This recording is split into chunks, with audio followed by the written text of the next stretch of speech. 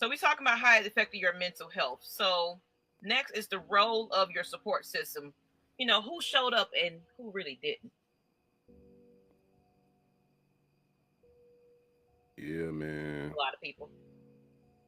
A lot of people didn't show up, and I lost a lot of people because when I was going through my chemo, you know what I'm saying? Again, I started losing weight. You know what I'm saying? I started losing all my facial hair. I looked nothing like me. I mean, I sent you the pictures, And I'm gonna show those in a little and those while. pictures look nothing like me. And that's what happened. And a lot of people started distancing themselves from me. And the whole time I'm going through it, it's like I'm gonna beat this. I want to beat this. Excuse my language. I'm gonna remember these motherfuckers. Remember all of I this. remember every single one had a list. And they start looking at me because you're looking at somebody who's going through something, a challenge. And a lot of them, I'm assuming, they was like, well, he ain't going to be here in 6 months. So, yeah, no, we don't want nothing to do with that. That's the only thing I think of. However, with that being said, yo, there were three individuals, three close friends who ate, you know what I'm saying, 10 toes down with your boy.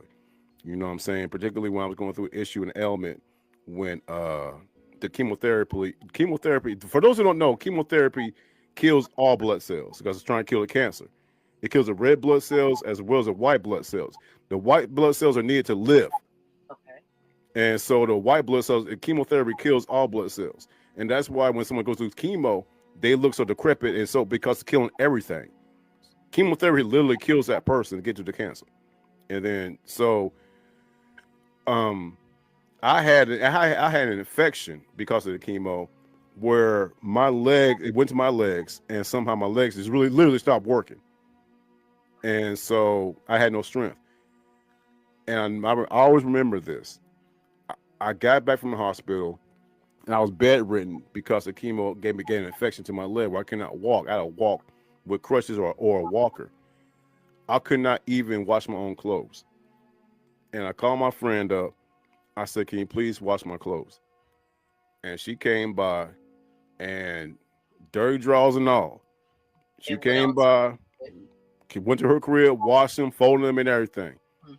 And that goes back to what I said about the whole mental thing. You feel like less than a person when you're sitting there lying in bed, and I got something next to me to help me relieve myself because I can't make it to the bathroom.